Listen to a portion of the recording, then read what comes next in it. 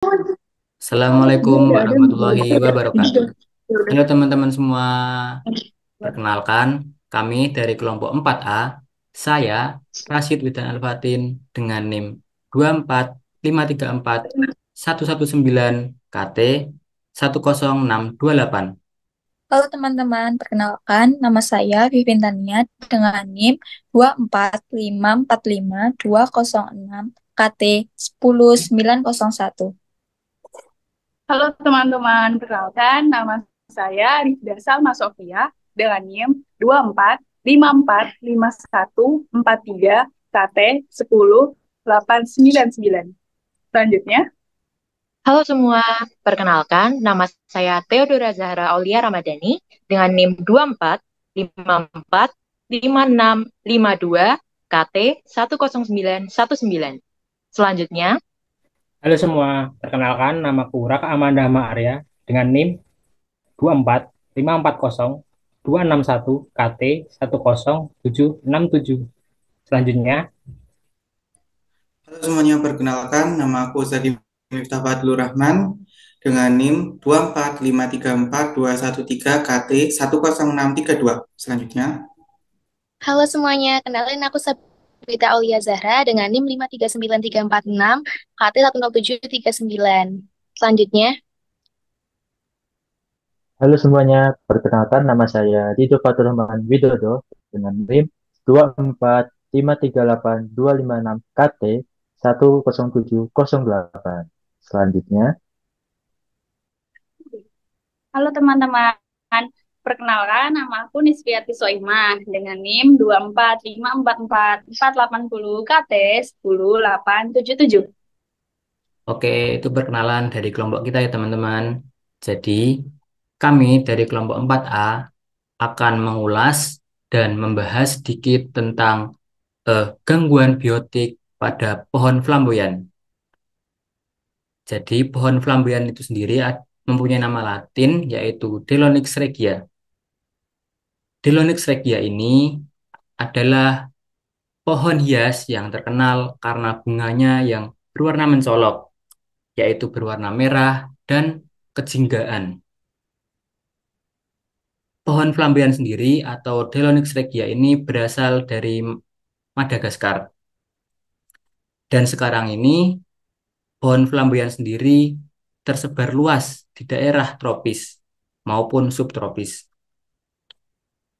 Pohon flamboyan ini mempunyai kingdom, yaitu kingdom lantai, divisinya Tracheophyta, kelasnya Magnoliopsida, ordonya Fabales, familinya Fabaceae, dengan genus Delonyx raf, dan spesiesnya baru Delonyx regia.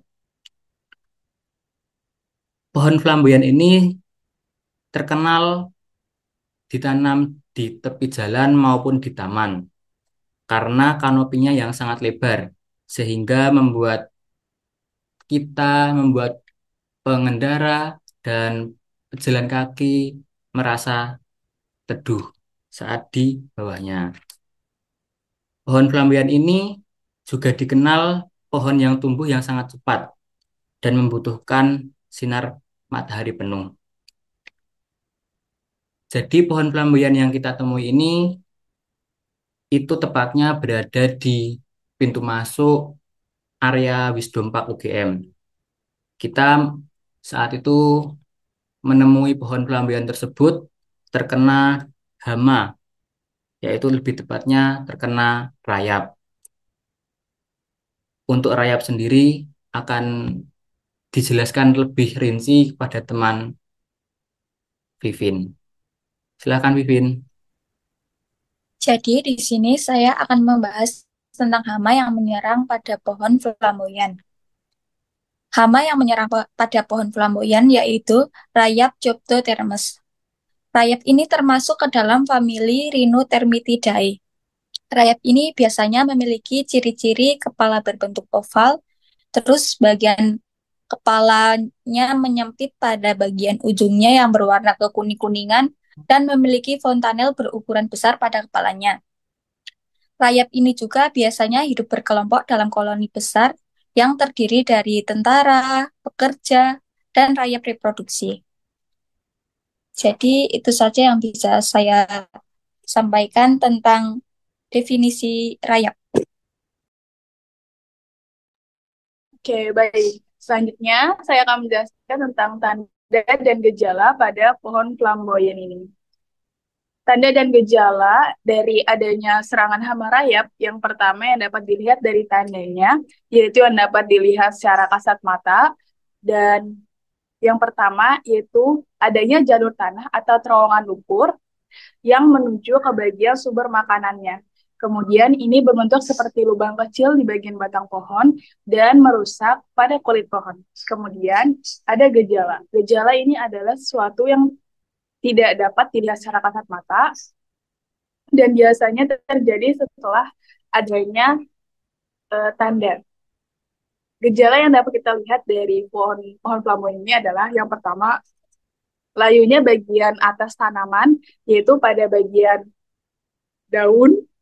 Kemudian selanjutnya, saat pohon flamboyan ini terkena hama rayap, akan ada gejala salah satunya yaitu rawan dari tumbang.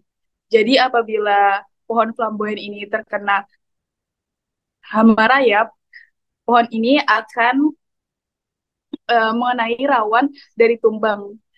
Jadi ketika berada di sekitar pohon flamboyan yang terkena hama rayap, ini harus berhati-hati karena rawan tumbang.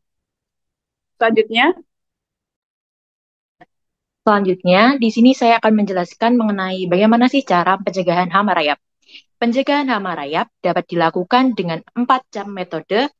Yang pertama, yaitu melakukan pengolahan lahan tanam sebelum melakukan penanaman tanaman.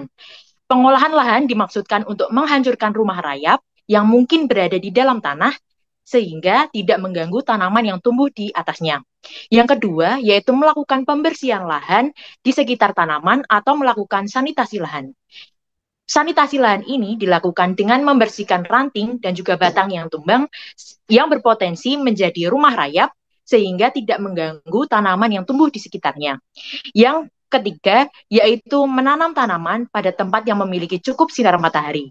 Menanam tanaman di tempat yang memiliki cukup sinar matahari ini sangat membantu dalam mengurangi hama rayap, karena hama rayap sangat menyukai tempat dengan kelembapan yang tinggi, sehingga menanam tanaman di tempat yang memiliki cukup sinar matahari dapat mengurangi resiko tanaman terkena hama rayap. Yang keempat, yaitu menggunakan insektisida.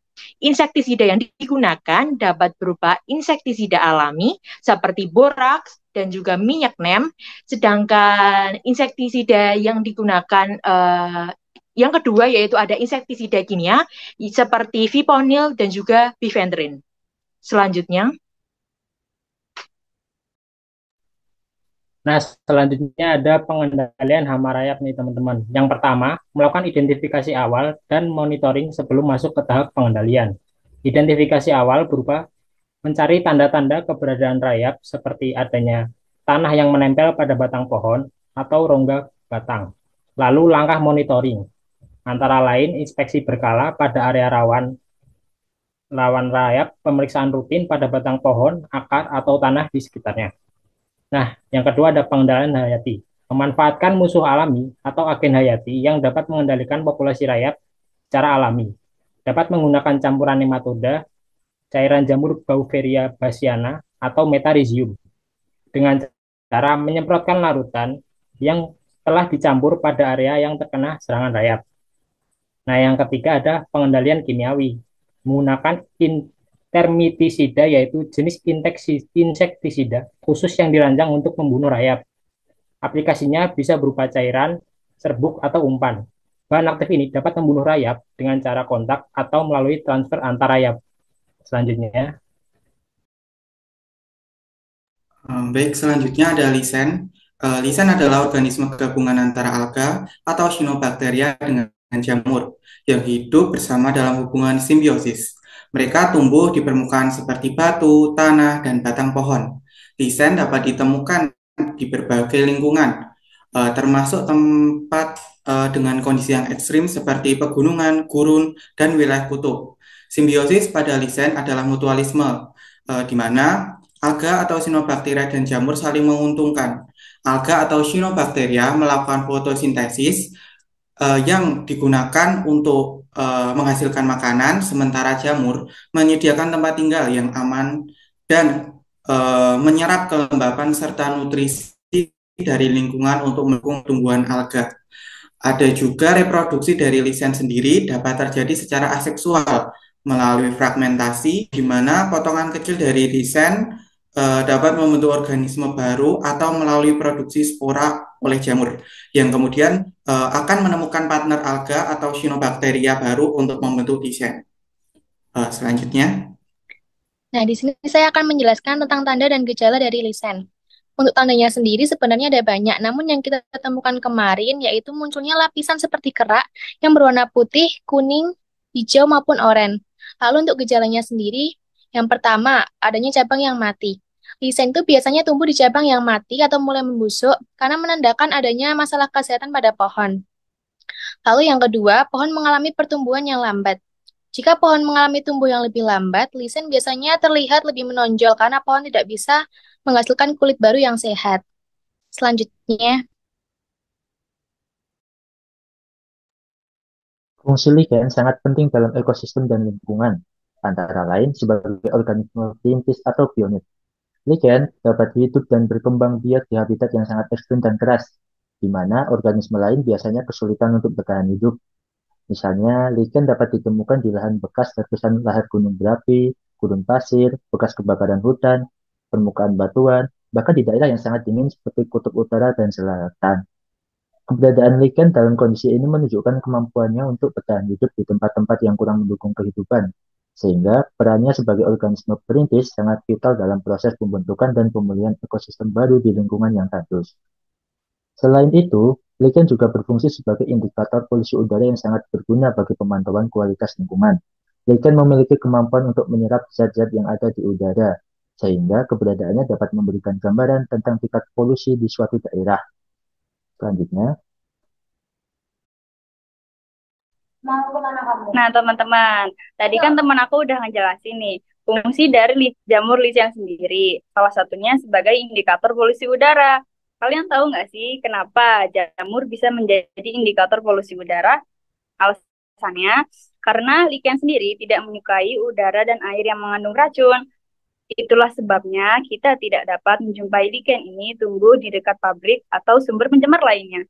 Karena sifatnya yang peka terhadap dan pencemar, lichen sendiri sering digunakan sebagai penunjuk adanya pencemaran udara di suatu daerah atau disebut sebagai bioindikator. Sehingga hal ini menjadikan lichen memiliki peran penting dalam keseimbangan ekosistem lingkungan. Dalam suatu hutan, keberadaan lichen dapat dijadikan sebagai indikator keadaan hutan yang sehat. oke, jadi itu teman-teman penjelasan pemateri dari mengenai gangguan biotik yang terjadi pada pohon pelambuyan sendiri. Nah, jadi kemarin kita sudah mengabadikan beberapa dokumentasi dan juga sedikit foto-foto mengenai kegiatan kami saat me- meneliti dan melihat secara langsung dari pohon pelambian sendiri. Nah, ini teman-teman. Jadi di sini, jadi di sini terlihat gangguan hama rayap sendiri sangat banyak dan juga membuat pohon flamboyannya sendiri ini menjadi rapuh untuk di bagian atasnya. Terlihat di sini lubang-lubang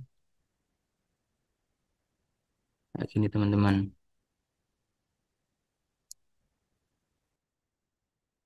Nah, itu tadi teman-teman mengenai penjelasan dari kami mengenai gangguan biotik pada pohon flamboyan.